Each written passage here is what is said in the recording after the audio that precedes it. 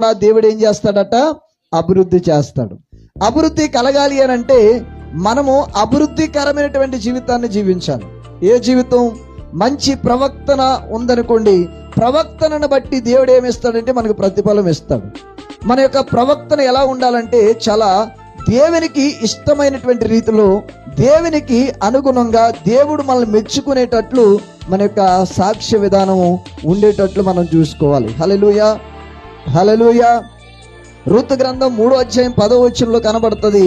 అక్కడ చదివినట్లయితే, అతడు నా కుమారి, యెహోవా చేత నీవు దీవెన నొందిన దానవు, కొద్దివారినే గాని గొప్పవారినే గాని యవనస్తులని వెంబడింపక ఇండుట వలన నీ మునుపటి సత్ప్రవర్తన కంటే వెనుకటి సత్ప్రవర్తన మరీ ఎక్కువైనది అని చెప్తున్నాడు. హల్లెలూయా.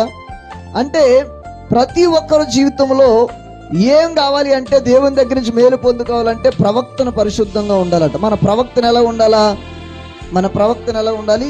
మంచిదిగా ఉండాలి. రూతు ప్రవర్తన ఎలా ఉందనంటే, మొదట ఉన్నటువంటి ప్రవర్తన కంటే, సత్ప్రవర్తన కంటే తర్వాత ఆ ప్రవర్తన ఎలా ఉందని ఇంకా అద్భుతంగా ఉందండి, ఇంకా మంచిగా కనబడుతుంది. ప్రవర్తన అంటే ఏంటి?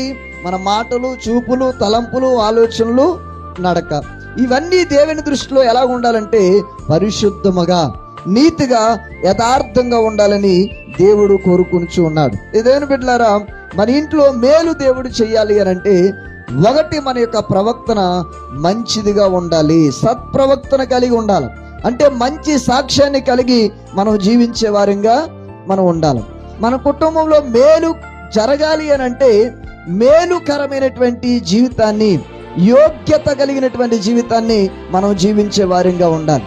మరొక విషయాన్ని మీకు జ్ఞాపకం చేస్తాను. యోబు గ్రంథం 42వ అధ్యాయం 10వ వచనంలో ఒక వచనాన్ని మనం చదివినట్లయితే అక్కడ కనబడుతుంది, మరియు యోబు తన